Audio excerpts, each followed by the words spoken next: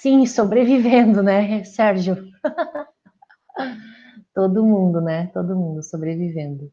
É isso mesmo. Eu vou colocar aqui para apresentar também a nosso conteúdo do PowerPoint. Deixa eu ver se já está abrindo aqui, já tá abrindo do lado. Joia. Deixa eu jogar aqui pro lado também. Tá. Tá aparecendo, né? Tá, beleza. E, bom, então, bom dia aí para vocês, guerreiros, né? Nos nossos últimos encontros. Eu queria deixar uns recados iniciais barra finais das nossas aulas de criminologia. Primeiro, claro, né, agradecer vocês por estarem aqui comigo, para não ficar falando sozinha do computador, para as telas, né, para quem conseguiu participar ao vivo ou depois assistindo em casa ou do trabalho ou de onde estivesse, né, através ali dos links do YouTube, que vão ficar lá, vão ficar disponíveis, quem tiver curiosidade, está escrevendo sobre isso, se gosta do tema, né, sempre tem a disponibilidade ali dos links, eu deixei aberto, apesar de que a coordenação da faculdade pediu que a gente deixasse como não listado, que seria aquela possibilidade de só quem tem o link acessar. Deixa eu baixar um pouquinho aqui. Ainda assim, eu deixei aberto, até porque de repente outras pessoas têm interesse, né? Sei lá, de saber da matéria, do conteúdo, acho que é sempre legal também. E ainda mais que o canal é meu, né? É particular, não é da faculdade. Bom, então essa é a primeira questão que eu queria agradecer a vocês.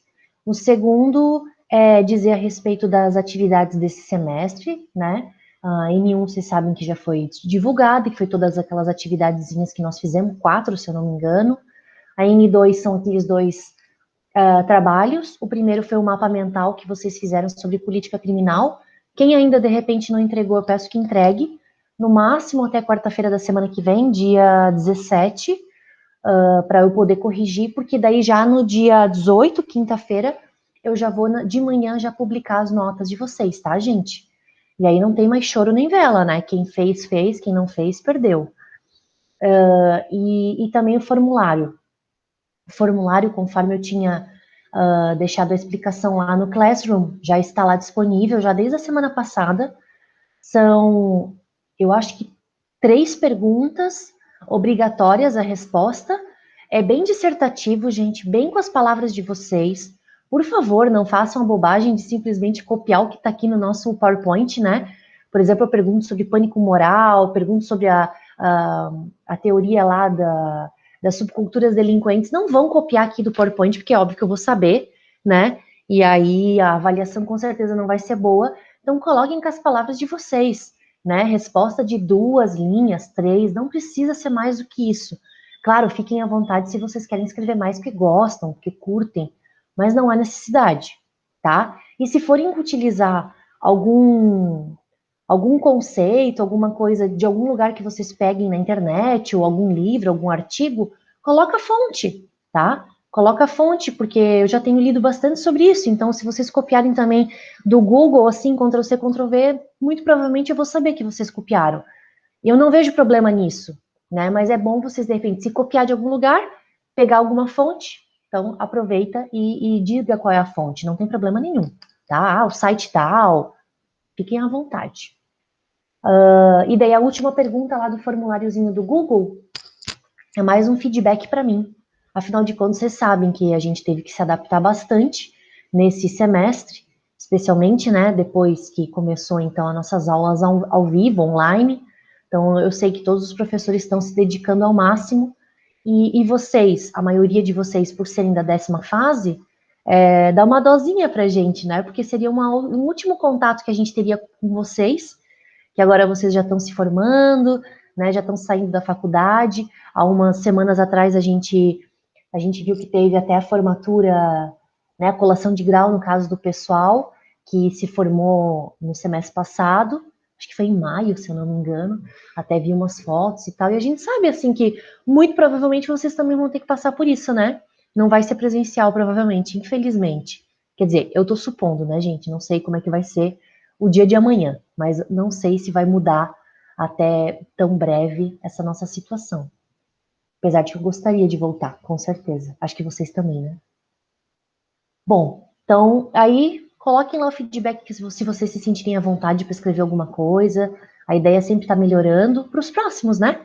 Vocês eu sei que não vão fazer novamente a disciplina, mas para ajudar para os próximos, tá? Que for melhor. Tá. Falei essa parte também então das avaliações das nossas aulas.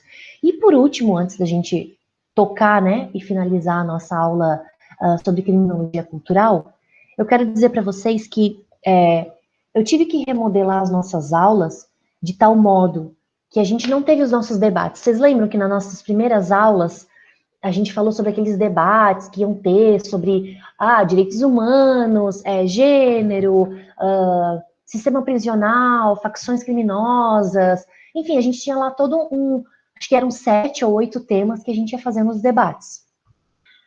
Com essa situação toda que a gente teve que remodelar nossas aulas, gente, no sentido de fazer assim online, não que não poderiam acontecer de forma de ter o debate, mas eu me senti um pouco assim receosa de fazer no formato de debate, ainda que fosse aqui pelo Meeting ou por outro aplicativo, como a gente usou no começo o Zoom, né? Que isso poderia talvez milindrar alguns alunos, de repente por não gostar muito de aparecer na câmera, ou às vezes a internet não é boa, aí de repente o discurso ali do aluno vai ficar picado, a gente sabe que isso às vezes acontece, ou de repente o aluno não está conseguindo acompanhar naquele horário. Então, assim, todas essas limitações, né, que o isolamento e que essas aulas trouxeram, me fez repensar. Então, por isso que é uma das grandes causas da gente não ter feito o debate. Eu não acho que ao mesmo tempo que a gente não fez o debate, ficou a aula prejudicada. Eu acho que até foi tudo bem nesse sentido, sabe? Deu para a gente equilibrar. Em nenhum momento eu quis ficar enchendo linguiça. Realmente, todos esses conteúdos que a gente trabalhou nas nossas 13 aulas, né, foram realmente conteúdos que eu iria abordar durante as aulas de conteúdo, aquelas primeiras, e durante os debates, só que normalmente quem estaria falando seriam mais vocês, entende? Então, ao invés de vocês estarem falando, eu acabei assumindo essa responsabilidade, né? Porque eu sei que daí tá gravando, eu posso disponibilizar isso depois, enfim. Então, só queria justificar o porquê que a gente acabou não fazendo os debates. Mas a grande maioria dos temas que a gente iria trabalhar nos debates, a gente acabou trabalhando aqui, né? Às vezes até de forma mais aprofundada, né? Porque muitas das vezes os debates, o que acontecia por experiência, né? Às vezes acabava ficando muito num nível opinativo. Não que seja ruim, tá? Eu não estou querendo criticar em nenhum momento os debates, que eu acho que são bem interessantes. Mas trazer o que doutrinadores, teorias, escolas estudam, né, pelo que eu tenho pesquisado, tem uma outra abordagem, um outro aprofundamento que talvez o debate não chegaria, né? Mas fica aí, enfim, por isso que eu deixei aberto até aquele formulário, a última pergunta, para vocês falarem sobre isso, se quiserem, tá? Num formato até mesmo de crítica, né? Eu sei que o debate sempre acaba desenvolvendo mais o aluno do que simplesmente ficar aqui me assistindo. Bom, feito esses 10 minutos iniciais que eu já tinha me programado para fazer, né, para falar, então, só um pouquinho, que o Ronaldo falou alguma coisinha aqui. Consegue fazer a gentileza em colocar o nome dos autores de textos dos temas que seriam as apresentações? Ótima ideia, Ronaldo. Sim, posso colocar, eu já tenho isso, posso colocar sim. Depois que eu terminar a nossa aula, ou de tarde, aí eu já coloco, eu faço um arquivozinho, e daí eu vou colocando os temas, tá? Eu acho que é legal também isso, até para quem tem interesse, por exemplo, né, de escrever ou ler sobre questão de gênero, direitos humanos, pessoal que fala sobre as facções, né? Ótima ideia, tá? Vou até deixar anotado aqui os textos e os temas dos debates no Classroom. Pronto, tá anotado, então não vou esquecer, tá bom? Mas valeu pela dica, ótima ideia. Bom, gente, na semana passada, só vou voltar aqui um pouquinho, a gente tinha começado a falar sobre algumas categorias analíticas que os teóricos da criminologia cultural trabalham, né? Como eu falei para vocês, como a gente já conversou, especialmente ali a partir da década de 90, né? No Brasil, essa galera começa a trazer os estudos e começar a traduzir os trabalhos dos criminólogos culturais lá dos Estados Unidos e da Inglaterra, ou Grã-Bretanha, a partir de 2012, vocês verem como é super recente, né? Tem menos de 10 anos. Então, eles começam a trabalhar com algumas categorias específicas, categorias analíticas. A gente já trabalhou, né, vocês já sabem o que são categorias analíticas. Se não lembra, pontua aí que a gente relembra, mas tem nas nossas aulas. E uma das categorias que a gente trabalhou na última aula foi do edge work, são aquelas situações limites, né, de grupos que são criminalizados ou realmente grupos criminosos, ou seja, que praticam realmente atos ilícitos, né, que acabam tentando quebrar aquele tédio, aquela vida monótona, aquela vida voltada apenas para o trabalho, para o consumismo, para uma repetição, através de experiências diferenciadas, né, com mais adrenalina, com incertezas, com imprevisibilidades, né, que os criminólogos culturais vão dizer que as pessoas que realmente cometem crimes, ou pessoas ou grupos que são criminalizados por algumas condutas, são envoltos por uma certa sedução do crime, né? De trazer então esses questionamentos do porquê que as pessoas cometem esses crimes. E eles vão estudar e vão dizer que é por conta disso, dessa sensação de estar ao limite, à beira, né? Deixa eu dar uma aumentadinha aqui, mas acho que tá bom, né? Tá dando para ler legal, né? Tá dando para ler legal, gente? Só dá um okzinho para mim, só para saber se tá dando. Tá? Tá bom. Obrigada, Nicole, valeu. Outras categorias analisadas também, gente, pelos criminólogos, né? Em que eles não querem analisar simplesmente o fator que levou aquelas pessoas a cometer o crime, né? Mas eles avaliam, por exemplo, o local do crime, né? E o controle que é feito dentro daquele ambiente. Eu vou só tirar o somzinho aqui da Márcia, tá, Márcia? Para não atrapalhar na gravação. Pronto, tranquilo. Depois, qualquer coisa que quiser, né? Vocês sabem, né, gente? Se quiser se manifestar, ou escreve pelo chat, ou pede a palavra aí, que a gente abre para qualquer dúvida, como sempre, né? Então, eles não estão preocupados necessariamente em buscar uma motivação para que levou aquelas pessoas a cometer o crime. Mas eles vão avaliar tanto o local, ou seja, o ambiente, o espaço, qual é a região, o bairro, qual é o estado, qual é o país, né? Como também quais são os controles sociais que são feitos, né, naquele ambiente, ou seja, naquele contexto cultural. Então, vamos dar um exemplo assim que eu acho bacana de falar.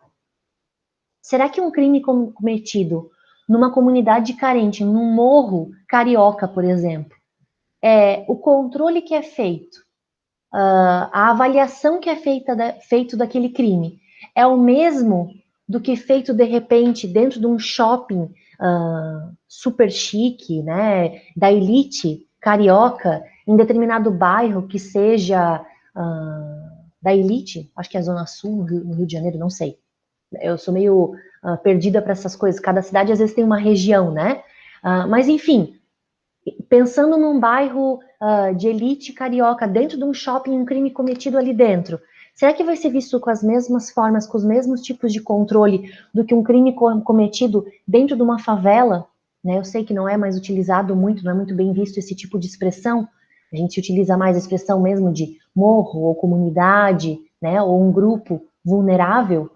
Então, eles começam a se questionar também sobre essas questões, né? Se perguntam sobre o interesse no mercado consumista, junto com a ideia da mídia, da propaganda, pensando, gente, naquelas grandes corporações, tá? Não estou pensando naquela ideia, do celular, do Instagram, ou do Facebook, dos blogueiros, como a gente chama, né? Ou os digital influencers. Não estou falando nesse aspecto, eu estou falando realmente das grandes mídias, das grandes empresas que fazem propaganda, né, de produtos, de serviços. Então, toda essa questão da manipulação dos significados, né, que é feito, e a sedução que é feita através das imagens. É interessante os exemplos que eles dão, por exemplo, aqui no Brasil, né, daqueles programas do estilo Ratinho, da Atena, que são bastante assim, de trazer o espetáculo do crime, né? De xingamentos, de titulação daquelas pessoas que cometeram um determinado delito ou que supostamente cometeram um determinado delito, não necessariamente já, né, com uma prova de flagrante delito, mas que simplesmente são descascados pela mídia, né? No sentido de que até mesmo se justificaria tirar determinadas garantias individuais, garantias processuais, constitucionais, em nome da gente ter uma vingança, né, privada, no sentido, não, tem que ser preso, tem que morrer na cadeia, cadeira elétrica, pena de morte, coisas assim. Então, são discursos, né, que são levantados e manipulados em nome de uma ideia de tentar fazer uma justiça com as próprias mãos, às vezes, né, uma vingança.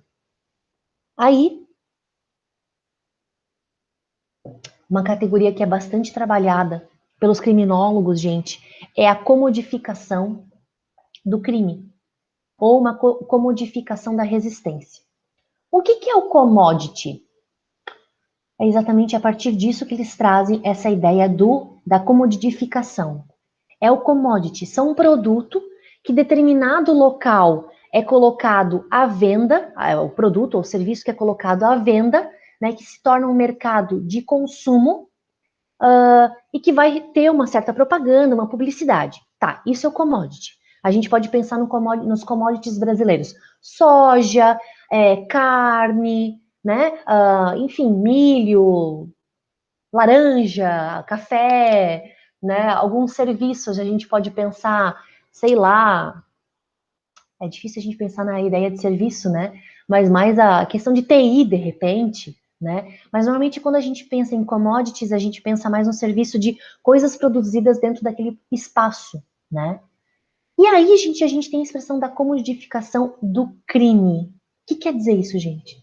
Quer dizer que o crime se torna uma mercadoria de publicidade, de propaganda, de venda, né? Então, é o marketing da transgressão, eles chamam com essa expressão. Então, transforma bens, serviços, ideias, entidades, e aí a gente inclui, né, dentro dessa ideia de transformação, crimes e violência em si, que não seriam normalmente publicizados no sentido de venda e que se tornam, sim, mercadorias de consumo. Vamos dar um exemplo? As pessoas que, de repente, gravam a partir do seu celular um estupro coletivo e começa a publicar isso nas redes. Aí eles percebem que a primeira vez que eles fazem isso, aquele grupo criminoso, né? Tô aqui colocando já como crime mesmo, porque, né, gente, o estupro coletivo, com certeza, a gente pode intitular como um crime. Um grupo, de repente, que faz isso, não cotidianamente, mas correntemente. Aí eles percebem que isso se dissemina de uma forma, né, e eles acham interessante. E eles começam a fazer, quer saber? Vamos gravar e vamos comercializar. E aí eles começam a gravar esse tipo de prática criminosa, absurda, né, gente? Hedionda.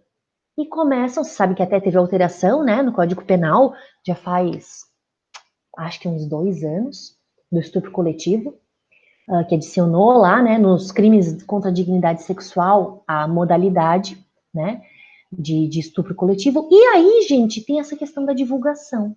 E além de ter a divulgação, ainda eles cobram por isso. Ah, você quer ver uma cena, tal, tal, tal? Clique aqui, paga pelo PayPal, sei lá o quê. Você sabe o PayPal, né? Aquele aplicativozinho que vincula o teu cartão de crédito, tal. Dizem que é uma compra segura. Eu tô fazendo uma brincadeira aqui de muito mau gosto, obviamente. Mas então, a pessoa se utiliza, né, da prática criminosa para vender, para fazer um marketing, né? A gente pode ir para uma outra esfera não real de violência, no sentido dos jogos, né? Os jogos eletrônicos, jogos de videogame em que tem violência. Eu confesso que eu não sei muito nomes porque eu não sou de jogar videogame, eu não sei muito, mas eu sei que tem jogos em que você mata pessoas, ou mata zumbis, ou sei lá o que, e você ganha pontos por conta disso, ou você dirige um carro e vai atropelando, quanto mais você atropela pessoas, né, se tu atropela um idoso é mais ponto, eu já vi alguma coisa a respeito disso. Confesso que eu não sei se ainda está ativo, mas também é um marketing para transgressão.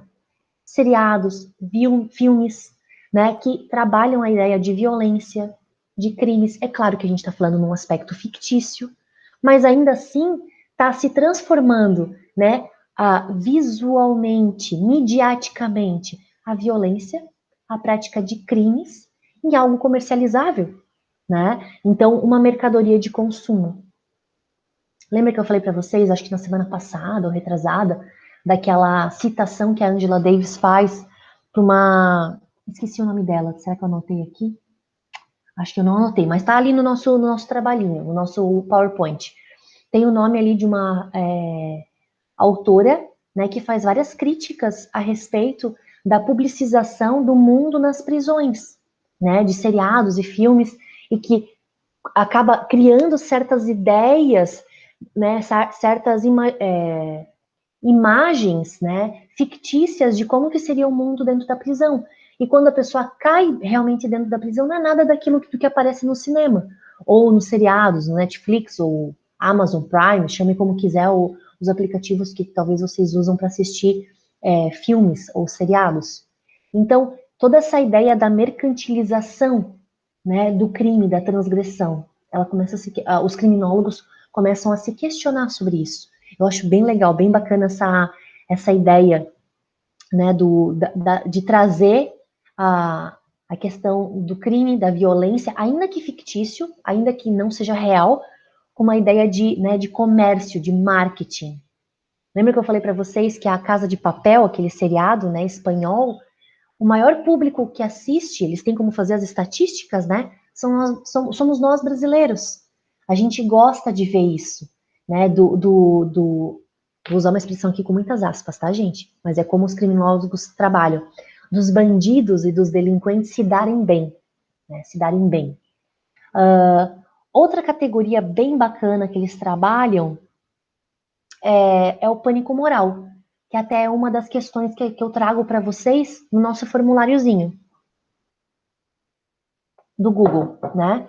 E o pânico moral, gente, eu vou aqui acompanhando, né? É a ideia da propaganda, produtos, vídeos, jogos eletrônicos ou até música, né? Em que há uma criminalização cultural dessas práticas, desses produtos, que às vezes são produtos mesmo, né, gente? Tendo uma reconstrução discursiva de um dado produto, então, cultural, né? Tanto do próprio produto em si, como do seu criador, como às vezes do público que assiste, que compra, que consome aquilo, intitulando essas pessoas e esses produtos como criminosos. Mas eles não são. Vou explicar. Um jogo eletrônico, como eu falei agora, acabei de dar o exemplo, em que eu saio com o meu carro, né? Claro, ali pelo computador, ou por um joystick, ou chama o que quiser, eu não sei como é que chama. Enfim, o negócio que tu segura na mão ali, né? Pro jogo eletrônico. A pessoa tansa, né? Que não sabe essas coisas de jogo. Tô ali segurando o negócio, tal, jogando na frente de uma televisão, ou um computador, ou até mesmo um celular. Nem sei se é possível, mas acredito que sim.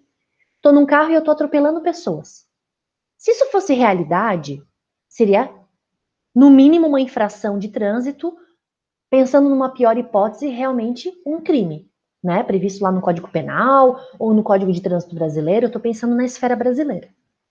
Mas se eu estou falando de uma questão fictícia, que não é real, que eu estou fazendo um jogo que eu não estou machucando ninguém, estou só ali me desestressando, brincando, curtindo, me divertindo, se vem uma mídia, uma publicidade dizendo que o jogo, o produto, que o criador, fulano de tal que criou o jogo de dirigir e atropelar pessoas ganha ponto. E que eu, público, jogador, né, jogadora, sou criminoso, Isso a gente chama, gente, de pânico moral. Aí vamos adiante. Vocês lembram aquele caso dos dois jovens em Suzano, numa escola? Eles jogavam um determinado jogo, que eu não vou lembrar o nome agora, se vocês souberem podem colocar ali no chat, que eu não sou bem, como eu falei, não sou muito preocupada com essas coisas do nome.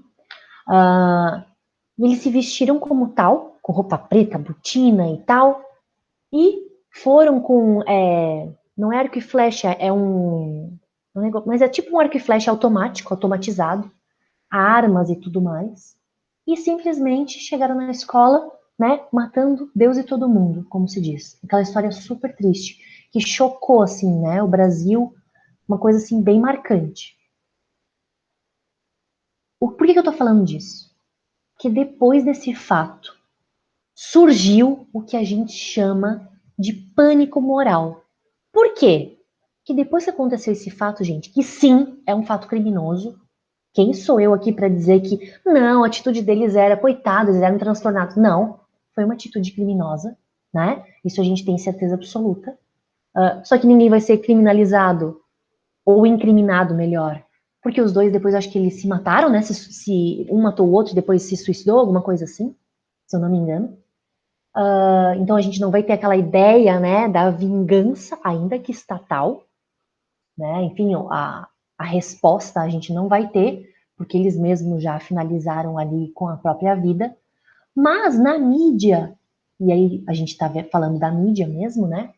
A gente viu uma disseminação de ideias no sentido de criminalizar os jogos, aqueles tipos de jogos. Não, nós temos que criar projetos de leis que, que, é, que tipifiquem esse tipo de conduta, tem que mandar prender o criador desse tipo de jogos, porque isso mexe na cabeça das pessoas e as pessoas vão praticar crime por conta desse tipo de conduta. Tem que exterminar com esse tipo, né? Não pode mais vender esse tipo de produto. É exatamente isso, gente. Se gera um pânico entre as pessoas para justificar determinada conduta criminosa, né? Ou conduta que é vista como criminalizável, né? Jogando então essa ideia tanto no produto em si, como no criador desse produto, como no próprio público que consome. Outro exemplo a gente pode dar é, por exemplo, a música, né? Esses bailes, por exemplo, a gente usa muito a expressão hoje em dia, né? Para os funks. Funk ostentação, funk proibidão, né? Que isso acaba gerando já respondo, tá, Ronaldo? Acabam gerando, né, prostituição, sexo sem proteção, enfim, uso de drogas, apologia a drogas e a crime, enfim. Então, a música em si é jogado um pânico moral por meio da mídia, divulgadores de conteúdos sobre essas questões, no sentido, até mesmo às vezes de perfis públicos, por exemplo, deputados, senadores, né, pessoas públicas, políticos, no sentido de que, principalmente numa ideia mais conservadora, a gente sabe disso, no sentido de criminalizar determinadas condutas ou práticas ou produtos culturais, de que isso vai salvar a comunidade, né, vai salvar a população brasileira, como se uma música pudesse necessariamente levar um crime, né? E de repente um rock não, um samba não. Entende o que eu estou querendo dizer? É categorizar determinados produtos como uma esfera, né, de crime. E outras, por serem dessa elite, agora lembrando já lá na nossa primeira aula, por serem produtos da elite, não, tá tudo certo. Então, não é porque eu faço uma festa na minha casa, eu sou elite, né? Eu sou de um padrão alto, né? Sou milionária e de repente eu toco qualquer banda que seja ou estilo de música do tipo que é considerado de elite hoje em dia, sei lá, vou botar aí rock, MPB, samba, pagode, chama o que quiser, sertanejo universitário, e de repente eu também pratico crimes dentro da minha casa, mas como eu sou elite, eu tô protegida. Então, o pânico moral, gente, e isso não está escrito aqui, então só quem está vendo a nossa aula talvez vai escrever isso lá no formuláriozinho, ele também está vinculado a criminalizar culturas subalternas, culturas que são de grupos vulneráveis. Então, o pânico moral, gente, cuidado, isso cai em concurso, tá? O pânico moral, ele criminaliza a cultura, normalmente, de quem? Das pessoas mais pobres. Então, assim, claro que existe, sim, a criminalização de algumas expressões culturais da elite, existem, mas normalmente eles são abafados, né, por conta de uma questão de que são pessoas com dinheiro. Então, vou dar um exemplo bem, assim, bobo. Se a Anitta, cantora, né, faz uma festa na casa dela e toca funk, todo mundo desce até o chão, sexo com todo mundo bebendo, depois sai dirigindo, quem sabe até práticas de pequenos crimes. Não sei, talvez role um tráfico ali de drogas, mas ela é a Anitta, então a coisa vai ser abafada. Agora, se acontece isso em determinado morro, comunidade, bate a polícia ali, aí é tiroteio, né? Ou não, ou de repente os vizinhos denunciam. Então são outras esferas de controle, né? Ah, a Anitta vai ter um advogado muito bom do lado dela. Eu só tô dando exemplo, tá, gente? Tô dando exemplo e não necessariamente, pelo amor de Deus, tô querendo criminalizar qualquer conduta da artista, até porque eu adoro ela, né? Ou querendo criminalizar qualquer comunidade ou coisa do gênero. Mas eu só estou colocando um exemplo hipotético, completamente hipotético, no sentido de que muito provavelmente não vai surgir um pânico moral tão disseminado, né? Se de repente alguém da elite comete determinado ato, né? Ou uma expressão cultural, em contrapartida, um grupo de repente mais vulnerável, né? Pode ser, então, criminalizado. Deixa eu só responder aqui acho que o Ronaldo tinha feito uma pergunta. O Pokémon seria um pânico moral, pois as pessoas poderiam se distrair com o Pokémon se machucar pela distração. Esses problemas da fake news atuais, onde se encaixa com a nossa matéria, em qual categoria e escola? Tá, vamos lá. Primeiro, o Pokémon, Ronaldo, eu acho que era naquela época que o pessoal usava o celular para pegar algumas coisas em alguns determinados locais, não era mais ou menos isso? Que daí se distraíam, teve algumas pessoas que foram até atropeladas, coisas assim, né? Isso até está meio que vinculado a selfies, né? Das pessoas que tiram fotos em lugares bem absurdos. Se eu não me engano, até uma estatística assim bem engraçada, tragicômica, né? Que mais pessoas morrem por tirar selfies do que são atacadas por tubarões no planeta. Foi uns tempos atrás eu vi essa estatística. Então, é bem absurdo, assim, né? Eu acho que esses aplicativos ou jogos que geram, ou até mesmo o próprio uso do celular, né? Da gente ficar ali, né? Concentrada e caminhando, com fone, então. Então, a gente não vai escutar buzina, a gente vai circular. Eu acho que não necessariamente vai ser um pânico moral, tá, Ronaldo?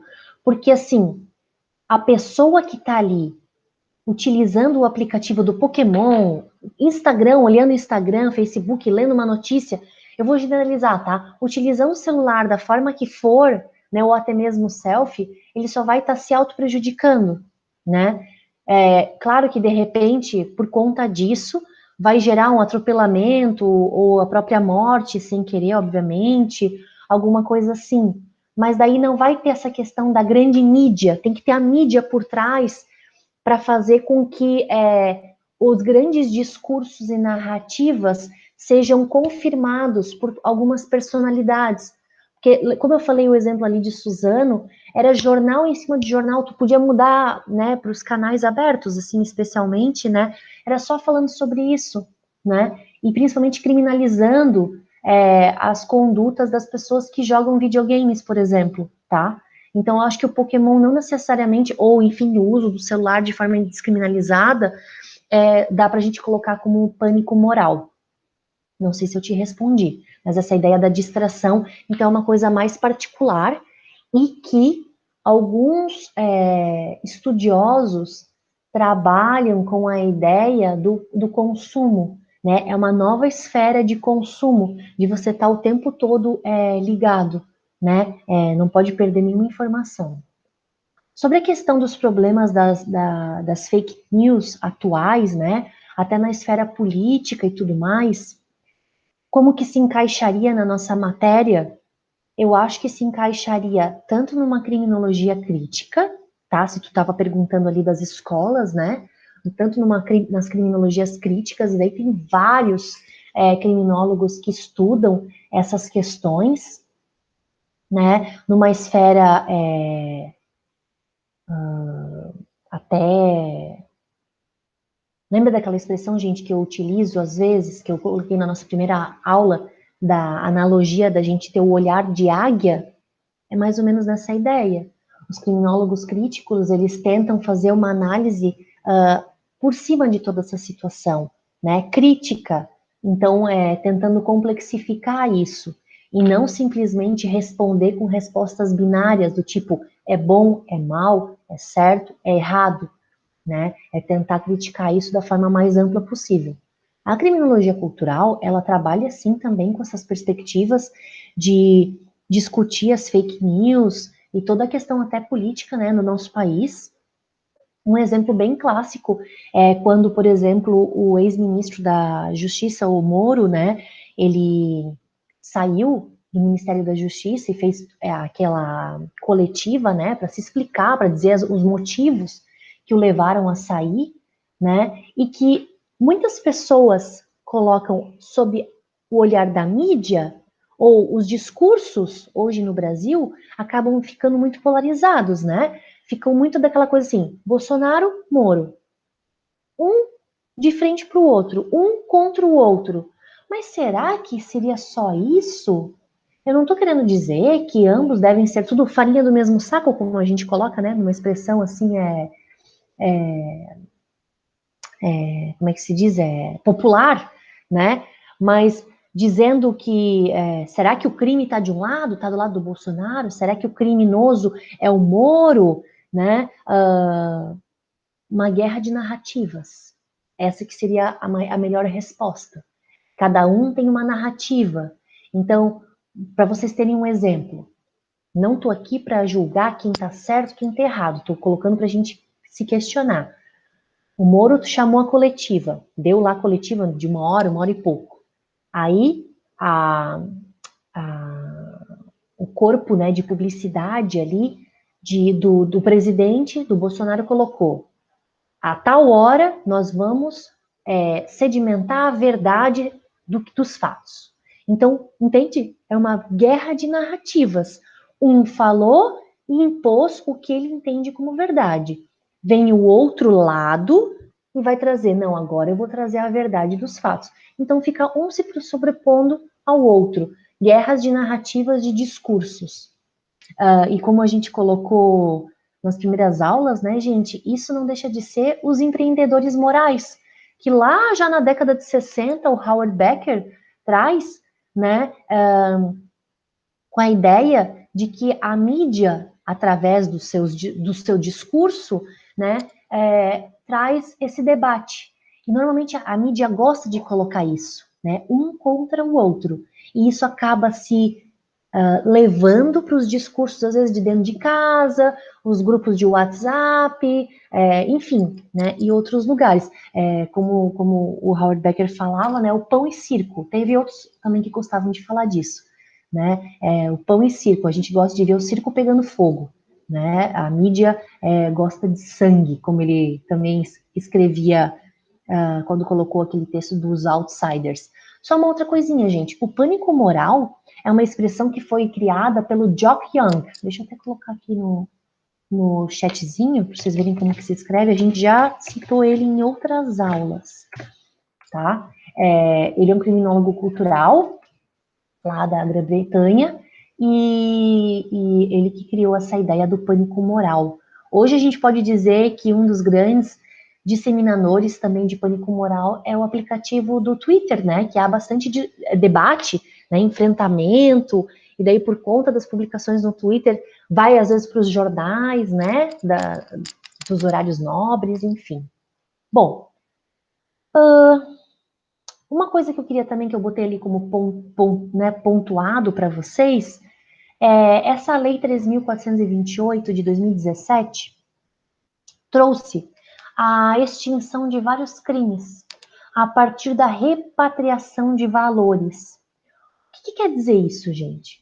Quer dizer que mesmo as pessoas que cometeram crimes de colarinho branco, que normalmente são crimes cometidos por elite, né? Políticos, grandes empresários e tal, eles podiam trazer esses valores de fora. Por exemplo, eu desviei dinheiro e botei em contas suíças, contas nas Ilhas Caimã, sei lá onde lugar, né? Que tu não precisa lá declarar e tal, tal, tal.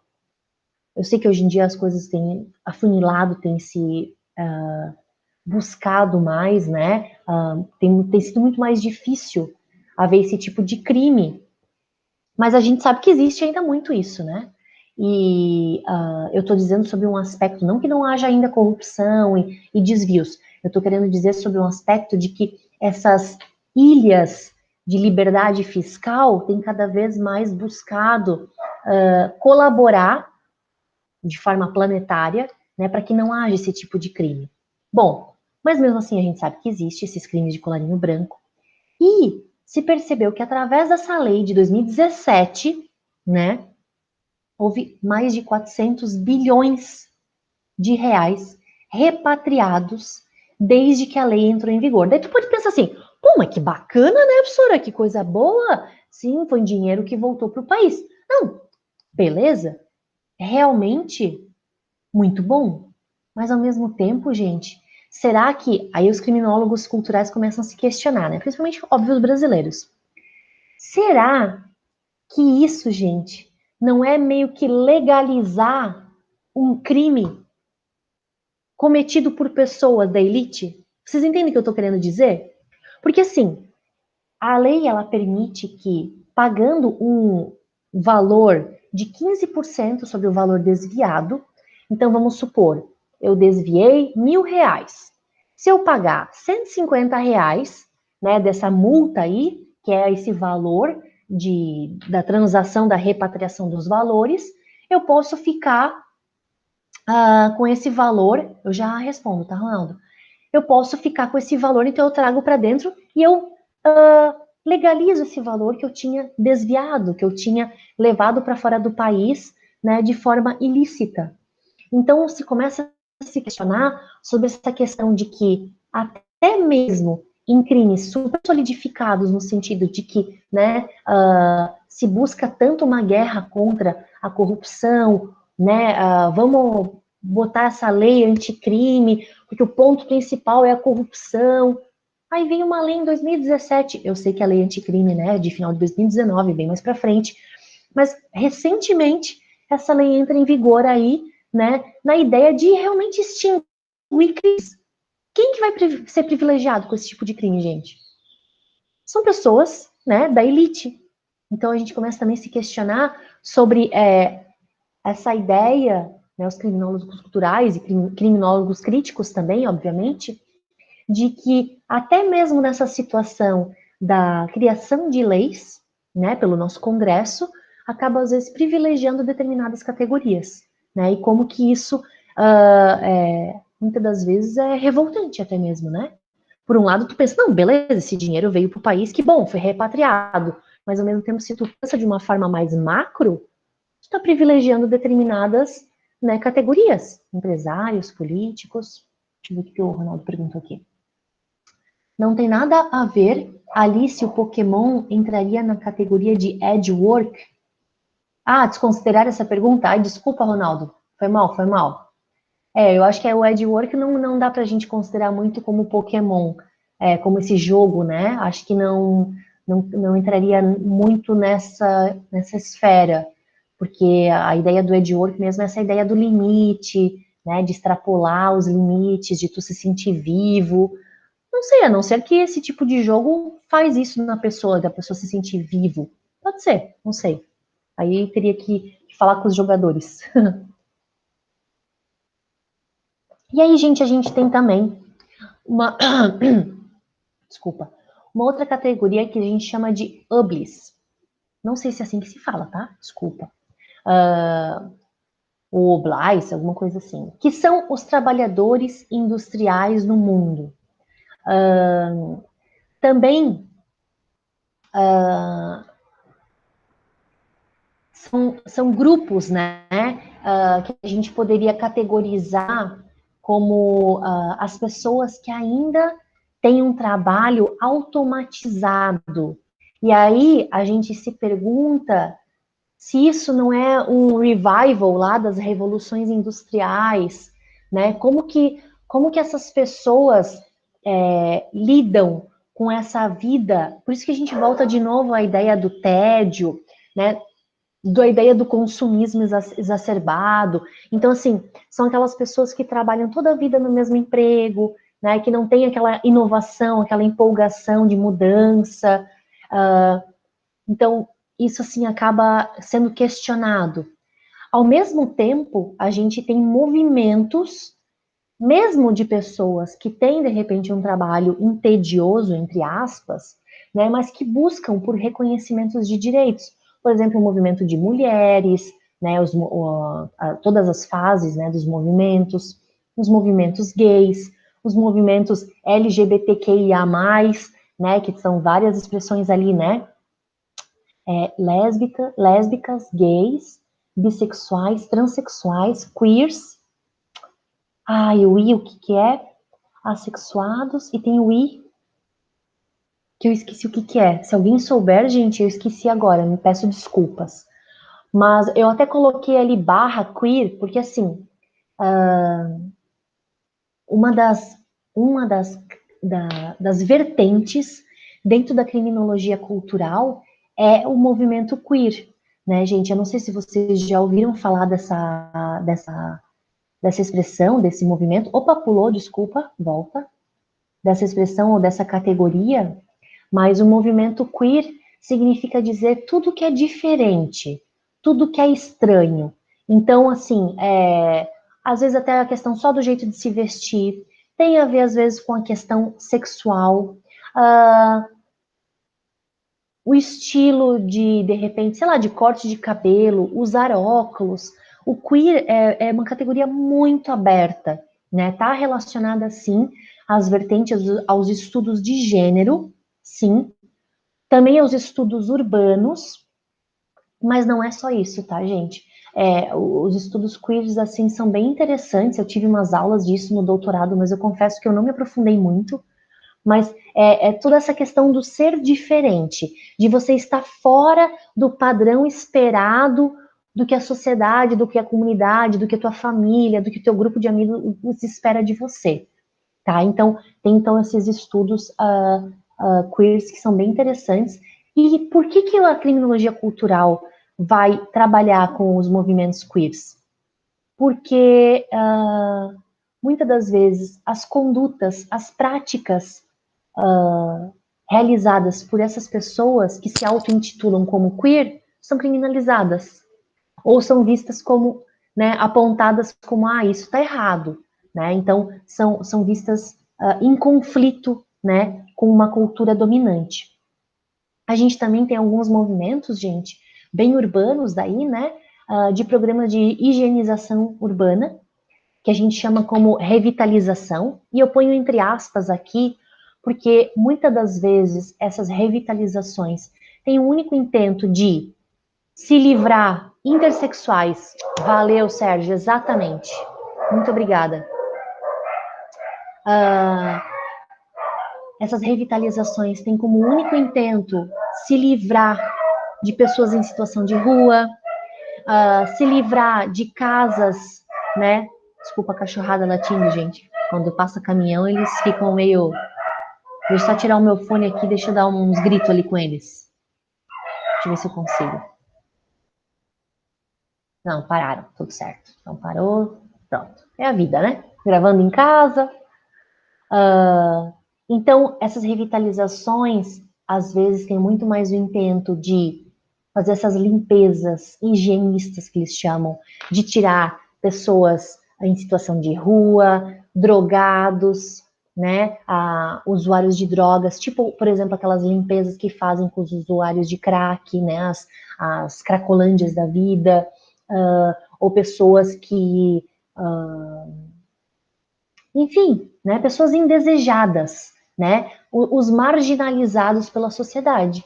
Então também se começa a questionar sobre essas revitalizações pelos criminólogos culturais, porque os criminólogos culturais usam muito os estudos urbanos, né? Então, até que ponto que essas revitalizações são realmente para melhorar o aspecto, né, urbanisticamente, arquitetonicamente, ou se simplesmente são para afastar esses indesejáveis.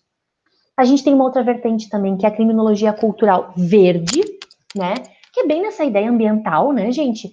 Do dano ambiental, do crime, dos crimes voltados contra o meio ambiente, o controle desses crimes, como que é feito, né? A justiça social versus uma injustiça, até o Rob White trabalha com essa ideia, de quanto que algumas pessoas, por estarem à margem, né, das cidades, são invisíveis, né, ao poder público. Então, quando é praticado algum tipo de crime ambiental, ninguém não está nem aí, tanto pela comunidade que vive ali, como de repente se vê em grandes empresas ou grupos que praticam grandes crimes, do tipo, colocar uma fábrica e jogar o lixo, né, da fábrica no rio, no leito do rio. Como é bem deslocado, não tem muitas casas chiques e tal, é largado, ninguém faz nada, ninguém é ouvido, né, a comunidade não é ouvida. Tem um filme bem legal que é da Julia Roberts. É antigo já, tá? Eu acho que é do início dos anos 2000, que fala exatamente disso, de contaminação de águas lá nos Estados Unidos, de algumas empresas, daí pessoas começam a ficar doentes. Não sei se vocês já ouviram falar desse crime. É bem legal. Eu acho que, se não me engano, ela é advogada, alguma coisa assim. Mas é um crime bem bacana. Se eu lembrar do nome, ou se alguém lembrar, quiser colocar aqui, é bem, bem interessante. Acho que dá um bom exemplo do que eu estou trabalhando aqui. A questão do lixo, né, e a criminalização do ato de mexer, né, no lixo urbano. Então, assim, de novo a questão das pessoas em situação de rua, né? De ir lá e mexer no lixo, dos prédios, do comércio, de como isso é visto com maus olhos, né? Então, a criminalização de mexer nisso, né? A questão da pichação ou do grafite, né? Em patrimônios culturais ou patrimônios públicos. Será que isso seria resolvido pelo direito penal? Ou deve ser considerado como uma expressão cultural, uma arte, né? E daí, de repente, se resolve isso por uma reparação civil. Tem uma live que aconteceu, que está no YouTube, de 4 criminólogos culturais, Cristiano Sampaio, Santiago, não tenho certeza se é esse nome, não vou lembrar de todos. Saulo alguma coisa, esqueci também o sobrenome, e eu coloquei na minha playlist de ciências criminais no YouTube. É uma live de quase 3 horas. São os 4, eles falam muito sobre criminologia cultural, os teóricos, as vertentes. E uma das questões que eles levantam é a questão da pichação e do grafite. Se deve ser resolvido pelo direito penal, ou seja, levado para o juizado especial, ou que seja para uma vara criminal, ou se deve ser resolvido por uma reparação civil, né? De ir lá e limpar aquilo, ou de pagar um valor, né? Se for de repente um patrimônio privado.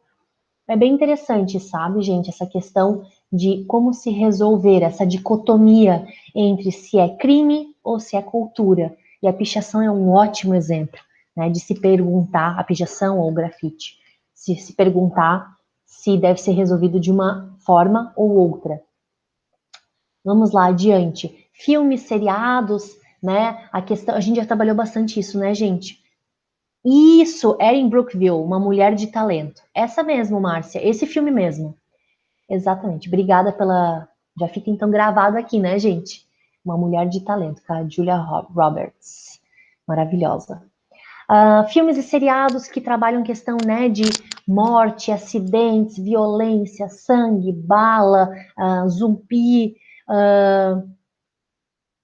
esse tipo de estética, né, cinematográfica, também às vezes é questionado pelos criminólogos culturais, na ideia, né, de que a violência, então, como a gente trabalhou anteriormente, né, ela é trabalhada como um commodity, né? Então, o marketing da transgressão. Os filmes que trabalham muito essa ideia pós-apocalíptica, né, do zumbi, é muito essa questão de que não há mais mortes. Então, a violência ela é praticada por pessoas que não têm mais vida. Então, se questiona muito. Eu gosto muito daquele seriado de The Walking Dead. Sou viciada, amo. Adoro filmes pós-apocalípticos, assim. Mas isso é uma coisa pessoal, né? Nada a ver, só estou compartilhando aqui com vocês. É uma coisa, uma parte minha. E quando eu li sobre isso, de que os criminólogos culturais discutem esses crimes, esses filmes e seriados que trabalham com essa coisa dos zumbis, né, essa coisa ilusória, fictícia, é bem nessa ideia de que não há mais mortes. Porque a partir do momento que você morre, você se torna um zumbi, um andante, né, sem nenhum propósito, simplesmente de comer outras pessoas e tal, ou enfim, matar outras pessoas. Aí tem todos os tipos de zumbi que a gente pode imaginar, né? Essa ideia da doença que se dissemina. Bom, muito bem. Você sabe que quando começou a pandemia, os crimes, desculpa, os filmes e seriados que tinham a ver com essa ideia de zumbi, de coisa pós-apocalíptica, tem um filme que eu acho que se chama Pandemia até, O Contágio, foi o que foi pro top 5 do Netflix, que as pessoas queriam assistir para saber, né, para ver, para se interessaram. Interessante essas coisas, né, de como que isso pode chamar a atenção da população. Também a questão da guerra. Tem vários teóricos, gente, da criminologia cultural, ou que não se auto-intitulam como criminólogos culturais, mas que são criminólogos, que trabalham a ideia da guerra, né? Os crimes de guerra versus a fragilidade da condição humana, do nosso próprio corpo, né? De um instante a gente perder nossa vida ou partes do nosso corpo, né? A ideia da guerra como uma excitação o tempo todo, né? O medo, tanto a questão do trauma que fica, né? Dos soldados que voltam depois da guerra. Tem muitos filmes também e seriados que trabalham isso o medo, né, o tempo todo. Então, eles vivem no edge work, naquela expressão, né, naquela categoria. Eles vivem no momento de limite, de beira, o tempo todo. Por isso que dizem que é tão assim, ao mesmo tempo apaixonante e apavorante você estar numa guerra, né, porque o tempo todo você está ali sentindo a tua vida à flor da pele, né? A morte, a vida, o medo à flor da pele, né? Por isso que muitos entram em depressão, né? Quando voltam, que daí não tem mais isso, não tem mais aquela excitação, a sedução daquele momento. E se coloca também a expressão de masculinidade tóxica. Por quê? Porque o tempo todo tu tá ali, né, para provar que tu é o mais forte, que você não pode se emocionar, que se tu perde um colega, claro que a gente sabe que também tem mulheres que vão pra guerra, né, gente? Mas a gente sabe que é um público muito mais masculino, por óbvio, ainda hoje, né? Então, se torna assim uma convivência tóxica para os seus colegas, depois para a família quando volta, né? A ideia do terrorismo também que está vinculada de certa forma à guerra, né? Como um ato político, explodir corpos humanos, né? Às vezes para fins de religião, para justificar alguma religião, ou então até mesmo com uma ideia de heroísmo. Tem muito disso, né, gente? As pessoas que entram para determinada religião se justificam praticar aquilo em nome, né? Tu vai ser herói, tu vai entrar para o comando, para o exército tal país, você vai ser condecorado. Se você morrer, mas você vai morrer em guerra, defendendo o teu país. Então, essa ideia do heroísmo também se questiona bastante isso. Gente, essa questão aqui das cifras, crimes em cifras ou cifras em cores, eu coloquei, é uma parte a nossa aula, a gente já está quase terminando o conteúdo, tá? Cai muito em concurso, então cuidado para não se misturar. Vamos lá. Cifra negra ou cifra oculta? É a mais conhecida, né? Que a gente fala bastante, já falou em várias aulas nossas, que são aqueles crimes que não vão para as estatísticas, que não caem no conhecimento policial, né? Que não vão para os boletins de ocorrência. A gente tem alguns exemplos. Crimes contra a dignidade sexual, né? Mulher que fica constrangida e não vai na delegacia.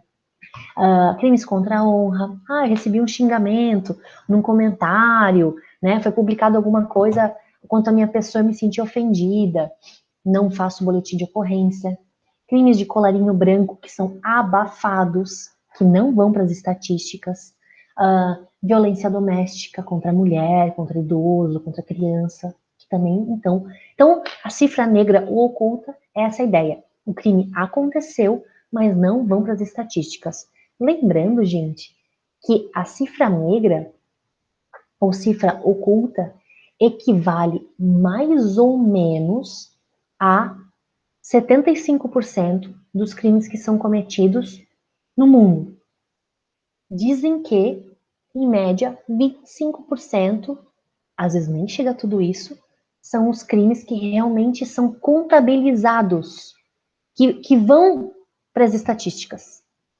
Tem alguns teóricos que dizem que é até menos, que seria só 10%. Então isso é muito, como é que eu vou dizer? É variável de país para país, de lugar para lugar, né? De repente, em um lugar, um estado, a violência doméstica tem um equilíbrio maior do que acontece e o que vai para as estatísticas. De repente, em outro, nem tanto, as coisas são mais abafadas. E depende também do tempo que a gente está estudando. A gente sabe que violência doméstica e crime contra, né, a mulher de forma generalizada, na década de 70, 80, era tudo praticamente abafado. O que adiantava a mulher ir para delegacia, né? Não, isso aí, como é que se diz? Questões de debate entre marido e mulher, não se mete colher, não tinha aquela expressão? Hoje a gente diz, se mete a colher sim, né? Então, essa então é a cifra oculta ou negra. A cifra verde são os crimes, né, envoltos ali pela lei de crimes ambientais. A gente poderia botar dentro dessa cifra a pichação, né, ou o grafite, ou a questão do lixo, de repente, né, como eu coloquei para vocês, o controle, então, cultural e social disso, do lixo, por exemplo, dos esqueci o nome disso, gente, onde que você coloca os resíduos sólidos, é o lixão, onde se descarta, né, de forma correta, tá? Eu não estou colocando, não quero dizer os lixões clandestinos, a gente começa a se debater sobre isso, os lugares de descarte, então. Então, tem essas cifras também, né? Então, dentro da ideia dos crimes que são cometidos, tem uma categoria que são as cifras verdes. Aterro. Isso, obrigada, Márcia. Aterro sanitário. Às vezes dá uns brancos, né? Dá uma raiva. Porque a gente não tem um Google aqui conectado para jogar, né? Mas então, as cifras verdes são os crimes cometidos, né? Que vão para as estatísticas, né? E que não vão, aqui nesse caso é o que vão e não vão, que são relacionados aos crimes ambientais. Cifra vermelha. Vamos lá. A Espanha, então, há casos, né? Eles chamam de colarinhos vermelhos, red color crimes. Colorinho branco, que desvia, ali tá errado, que desvia altas cifras e acabam matando as suas testemunhas. Então, são os psicopatas, os serial killers, mas são crimes de elite também, né? Então, há o desvio, né? Na Espanha, então, a gente tem alguns exemplos disso. Há o desvio de dinheiro, né? Crimes de colarinho branco pela elite, políticos, empresários e tal. E aí, essas mesmas pessoas que desviaram, que cometeram esses crimes, eles acabam cometendo crimes contra a vida, né, de testemunhas, tá? Ou de repente, pessoas ali que participaram do crime, né? Então, é uma cifra, assim, super mega específica, tá, gente? Cifra dourada são os crimes praticados pela elite, né? Que a gente chamaria de crimes de colarinho branco, mesmo numa instância internacional. Então aqui eu tô falando, cuidado gente, aqui eu tô falando de cifras, eu não tô falando de crime de colarinho, crime de não, a gente tem também isso, tá? O crimes de colarinhos brancos, então entram dentro das cifras douradas, que são os crimes praticados pela elite, mesmo que seja em instância internacional. Então, desvio de dinheiro, crime contra questões tributárias, que mais? Grandes operações de políticos, de desvio de verbas, esses tipos de crimes, tá? Cifra dourada, então, é interessante tu jogar para cifra dourada, porque daí lembra, né? Dourado, chique, rico, elite. Cifras amarelas são as vítimas que sofrem violência praticada por um funcionário público. Então, por exemplo, um abuso de autoridade, né, um policial que de repente na hora ali da abordagem é violento. Então, é a cifra amarela que a gente chama. É bem difícil de cair isso, tá? Mas pode cair mais em concursos mais da polícia, delegado, essas coisas assim, né, investigador e tal. Entenderam até aqui? Tranquilo, né, gente? Eu sei que é meio chatinha essa coisa, tá? Mas como cair em concurso, eu achei legal trazer para vocês saberem que existe. Eu fiz uma varredura assim geral do que tá por aí, né? Cifra cinza. Ocorrências registradas, mas que não chegam ao processo judicial, porque acaba se resolvendo lá no nível do inquérito policial ou, quem sabe, num juizado especial. Então, por exemplo, crimes da Lei 9.099, né, acordos que são feitos, o perdão que a própria vítima acaba dando, renúncia, né, então a pessoa não entra lá com a representação, com a queixa-crime. Só um pouquinho que alguém fez uma pergunta. Opa, cadê o meu cursor aqui? Deixa eu ver ali, só um minutinho. Cifra amarela seria a segunda vitimização, aquela institucional.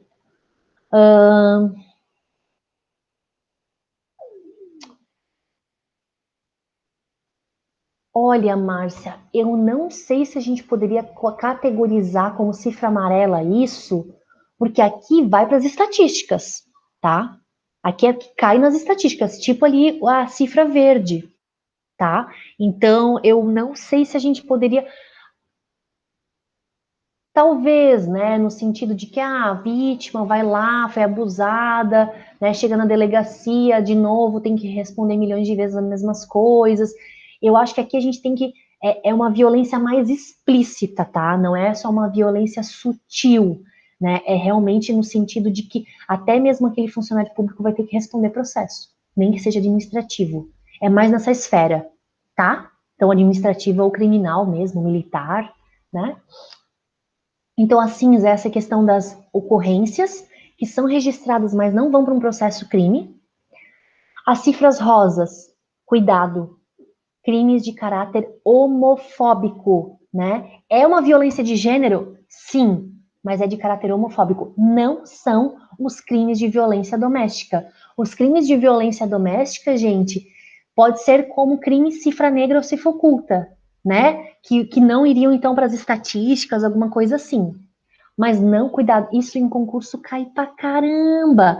Cifras rosas é homofobia, tá? Então, é sim violência de gênero, mas num aspecto homofóbico. LGBT, né? Que não chegam ao conhecimento policial, né? Então, ofensas, violências mesmo específicas, físicas, ou violência moral, ou psicológica. E por último, a cifra azul, que é o oposto à cifra dourada, que são os crimes praticados, gente, por classes pobres, né? Camadas, grupos vulneráveis. O exemplo mais clássico são os crimes contra o patrimônio, né? Por que eles chamavam de cifra azul, gente? Ou também chamado, como sinônimo, né, de crimes de colarinho azul, o blue collar crimes. Porque na época os operários usavam uma roupa, aqueles macacões azuis nas fábricas. Então eles acabaram trazendo isso. Isso foi abrasileirado, tá? Trouxe, né, do exterior para cá. Então, dos crimes praticados por pessoas mais carentes, mais vulneráveis, né, camadas mais pobres, principalmente, então, crime contra o patrimônio, tráfico também entra nessa ideia. Então, as cifras azuis, se utiliza essa expressão. No caso do mensalão, foi utilizado até essa expressão, o STF utilizou, né, as cifras azuis, ou os crimes de colarinho azul, porque também, além dos macacões, às vezes só a gola era azul, a blusa era branca e usava o colarinho azul, né, então também tem isso. Então essas são as cifras, tá, gente? Vamos adiante, meu Deus, dia 11 e 12. Esse livro, Criminologia Cultural, Um Convite, é um livro, um dos principais, que foi publicado ali na década de 90, início dos anos 2000, pelos principais criminólogos, né? Então, eles vão trabalhar algumas temáticas, né? Que a gente já trabalhou até aqui, eu só estou repisando sobre esses temas, né? De que a violência nunca é só física, né? Mas ela pode ter uma performance, é só ver, por exemplo, o crime praticado por aqueles jovens lá em Suzano, na escola, eles se vestiram, né? A partir dos videogames que eles usavam, então tem uma performance. O serial killer, o sociopata, né, o matador por aluguel, às vezes deixam de repente uma marca, né, tem alguma regra, enfim, aí a gente tem várias questões relacionadas à performance. Há uma desigualdade no ato, né? Essa performance por vezes é ritualizada para degradar a identidade da vítima. Então, dependendo se a gente está falando de uma violência mesmo moral, ofensiva, psicológica, uma violência doméstica, por exemplo, a performance que é feita então pelo agressor pode ter uma mensagem, né? De repente, foi traída, vai lá e machuca ela nas suas partes íntimas, né? Então, enfim, tem vários exemplos assim que a gente pode ver que há ritualizações na hora de se cometer o crime, principalmente no caso de crimes violentos.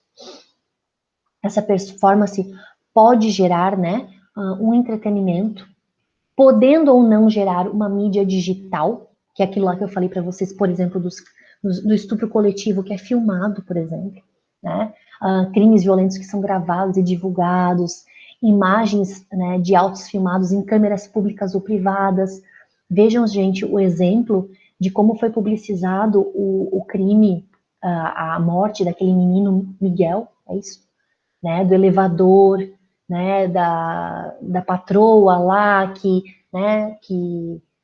clicou, não clicou no andar superior, que daí o menino acabou se jogando lá acho que do nono andar, se não me engano, né, porque a empregada doméstica foi passear com o cachorro. Então, quantas e quantas câmeras já apareceram, né, para ver todo o trajeto da criança. Então, aqui, por isso que eu botei com muitas. Eu não, né? Eu estou só replicando o que os autores colocam do entretenimento. Isso é visto tantas e tantas vezes, que já se torna, né, uma coisa assim midiática, né, um discurso, uma narrativa. Lembra então também agora recentemente daquela imagem do George Floyd, né, do policial sufocando com os braços cruzados, né, ou no bolso e sufocando ele com o joelho. Então é uma imagem que quase se torna também, de novo, né, friso, um entretenimento, uma coisa que já vira uma expressão, uma imagem assim tão que grava na gente, né? O comportamento desviante, né, cultural de determinado grupo é uma tentativa de resolver problemas enfrentados por grupos isolados e marginalizados. Então, determinado grupo, aí agora a gente já está indo adiante, né, que gosta de determinada música, estilo de vestimenta, sei lá, de algum esporte, de alguma expressão cultural. Então, esse comportamento os criminólogos culturais colocam como uma forma de resolver alguns problemas. Afinal de contas, eles são isolados, né, não são considerados a elite, então eles se expressam dessa forma. Tem esses dois doutrinadores, Matza e Sykes, que falam sobre a questão de que a violência é às vezes condenada aí pela justiça criminal ou por outros tipos de controle, né? E às vezes consumida, mercantilizada e às vezes até mesmo comemorada, que é o que a gente vê né, nesses exemplos todos que a gente trouxe nas últimas aulas, através, por exemplo, de seriados, documentários, filmes, né? Essa ideia da comemoração, gente, não é comemoração do tipo, uhul, yay! Não tanto nessa ideia, tá? A comemoração é a ideia de memória, de ver e rever através da memória. Então, por exemplo, essa ideia do menino, né, do elevador, a expressão, né, do elevador, o George Floyd sendo lá sufocado pelo policial branco, são imagens que são nessa ideia de comemoração, mas não nessa ideia de festa, uma ideia de ver e rever na grande mídia. Exatamente, Márcia. A mídia gosta muito, eu até falei isso já antes, né? Gosta do gosto de sangue, né? Da ideia mesmo da desgraça, das coisas ruins. Tem muita gente que deixou de ver jornal, essas coisas, porque é só notícias negativas, né? Vamos lá, adiante. A gente já trouxe, né? Eu já falei para vocês que além de interdisciplinar, a criminologia cultural é transdisciplinar. Então trabalha com as disciplinas de criminologia, direito penal, sociologia, e a gente tem várias perspectivas teóricas. Eu acho bem legal isso, porque traz perspectivas de estudos culturais. Daí eu consegui me assentar, né, com os meus estudos lá do doutorado, né, que eu estudei bastante estudos culturais, estudos midiáticos e urbanos, filosofia, teoria crítica pós-moderna, né, geografia humana e cultural, antropologia, estudo dos movimentos sociais que a gente viu agora há pouco, né, estudos dos movimentos queer, LGBT, mulheres, ambiental, abordagem de pesquisas mais atuais, né, formas de a gente pesquisar de forma mais contemporânea. Então aqui é como que a interdisciplinariedade se resolve, tá? Só para mencionar mesmo. Alguns aportes teóricos e adeptos. A gente tem o Jeff Farrell como um dos mais, assim, né, importantes, e o Clinton Sanders, que começaram com a nova criminologia, ou New Criminology, e começaram a estudar a partir lá do Howard Becker, lembra que eu já mencionei ele várias vezes, né? Trazendo essa ideia dos outsiders, ou seja, dos desviantes. A gente tem o Priestley, que é da sociologia, que tinha como base o Marx, então uma metodologia mais marxista, né? O Durkheim, Parson, Merton, são todos doutrinadores que a gente já viu no passado, né, gente? Lá da criminologia crítica. Aí tem o Howard e o Young, que eu acabei de citar para vocês, que são de uma pegada mais de antropologia e sociologia, né, que trabalham com a ideia da humilhação ligada ao crime, tendo um pouco por base aqui o Raban e o Michel de Certeau. O Michel de Certeau também trabalha bastante com a ideia do cotidiano, no dia a dia. Eu li muito Michel de Certeau no doutorado, muito bom. O Stephen Link, que traz aquela ideia, a categoria do edge work, né, do limite, né, a ação limite tem mais interesse, né, no primeiro plano dos crimes, então os riscos de que cometeu o crime, a empolgação. E o Marcelo Maiora, que é aqui do Brasil, que trabalha rock, drogas, crime. A gente tem alguns não criminólogos, mas que estudam questões que a criminologia cultural trabalha, que é o Hafter, que trabalha dos crimes cometidos em Hollywood, né, por grandes ídolos, né, enfim, artistas. O Laughlin, não sei se não é assim que fala, não sei falar, que estuda o típico policial inglês, com aquela roupa pretinha e branca, né, que, enfim, que é bem clássico, assim. Tem o Willow e o Stuart Hall, que fala sobre a questão da cultura da violência, a economia noturna. O Stuart Hall também é um pós-modernista, também estudei bastante. O Apadurai, maravilhoso, que fala sobre a media escape, ou seja, a ideia da paisagem midiática, né? Como que as notícias são publicadas em jornais, em revistas, na televisão, né? Descreve, então, esses recursos visuais imagéticos, né? E o impacto na percepção do mundo, né? Da cultura visual. Quase acabando, gente. A gente tem ainda alguns insights que eu poderia dizer como se fosse, assim, subcategorias dentro da criminologia cultural, que são estudos, por exemplo, das subculturas e os estilos, né? De música, estilo de roupa, os motoqueiros, os capoeiristas, enfim. As ações limites, que é aquela ideia do edge work, adrenalina, a compreensão criminológica, então do porquê se comete crime, né? Estudar o fator criminológico. A cultura como crime, e aí a gente vai para, né, música também, expressões culturais, dança.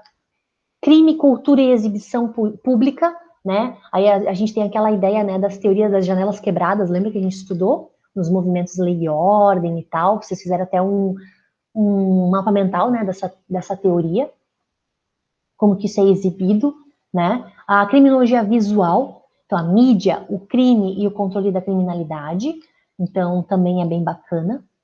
E, gente, por último, só para fechar pelo menos esse slide, a gente tem um último que é só uma citação. O que é bem importante vocês compreenderem é que determinada subcultura, determinado grupo vai aos poucos resistindo através do seu próprio desvio, né, resistindo, lutando, para que um dia, quem sabe, essa conduta, essa expressão se torne uma cultura dominante. E a gente sabe que a cultura é fluida, gente. A cultura, ela vai e vem, né? Tem os seus idos e vindos, tem a ideia do pêndulo, né? Até que se torna uma contracultura, ou seja, disrupção. Ela rompe com paradigmas que estão pré-estabelecidos e ela agora é a dominante, né? No começo, aquela ideia, né? No começo, o rock era visto como uma subcultura. O que é isso, esses roqueiros, esses loucos? Hoje, gente, o rock é considerado algo clássico, né? Então se tornou algo da cultura dominante, né? Então essa disrupção. Aí tem essa citação do Howard e do Young, do 2007, que é daquele livro que eu citei para vocês anteriormente, Criminologia Cultural, um Convite, que eles falam assim, a finalidade da criminologia cultural é manter girando o caleidoscópio das maneiras de se pensar o crime e as respostas jurídicas e sociais à quebra de regras. Aí eu botei uma fotinha ali do caleidoscópio. Vocês já viram isso, gente? Normalmente é um tubinho que tem umas pedrinhas, umas coisinhas dentro. Normalmente um celofane no final. Tô botando a ideia mais simples, tá? E daí, conforme tu vai girando, no teu olho ele faz isso, esses desenhos. Então, esse desenho colorido, ele vai se abrindo, se fechando. Então, é exatamente isso. A criminologia cultural, gente, o bacana, que eu me encantei, né? Não sei se vocês gostaram dessas últimas 3 aulas, mas eu acho muito apaixonante a criminologia cultural, porque ela traz essa ideia de pensar o crime de forma diferente. E não só pensando assim no criminoso, é seletivo, é isso, é aquilo. Não, pensa muito mais do que isso. Pensa no lugar onde está inserido, né, esse criminoso, onde o crime foi praticado. E também como dar respostas, tanto jurídicas, né, legais, como respostas até mesmo sociais, né? Será que é crime? Será que é cultura? Como que a gente responde a isso? É claro, né, gente, que como eu trouxe ali as cifras, a gente sabe que tem muitas condutas que sim, são crimes e pronto, né? Mas a gente sabe que tem essas guerras de narrativas. E isso, assim, eu acho muito bacana, né? Acho que fecha legal, assim, com a nossa aula. E por isso eu quis deixar a criminologia cultural por último, né? Das nossas aulas de conteúdo, porque ela exatamente fecha muito com o momento político, né, social que a gente tem vivido agora. Essas guerras de narrativas, de como que a gente tem que tomar cuidado quanto a isso. A gente quer se posicionar, ok, vamos nos posicionar, mas cuidado, né? Isso pode te trazer consequências, de repente, de ofensas, brigas dentro da família. Como é que a gente lida com isso tudo, né? Então é isso, gente. Terminamos a nossa aula, terminamos o nosso conteúdo. Quero agradecer muito por vocês estarem aqui online e depois assistindo, né, em casa, quem for assistir na aula gravada, tá bem? Uma boa semana para vocês, gente, ainda, né? Bom feriado, enfim, mais um feriado, né, gente, que a gente não pode aproveitar direito. Mas então tá. Se cuidem aí, tá? Fiquem bem. E qualquer dúvida, tá, gente? Podem mandar, né? A gente vai continuar com o grupinho do WhatsApp. Depois que eu divulgar as notas, a gente encerra o grupo, tá bom? Beijo, gente. Até mais. Uma boa semana. Tchau.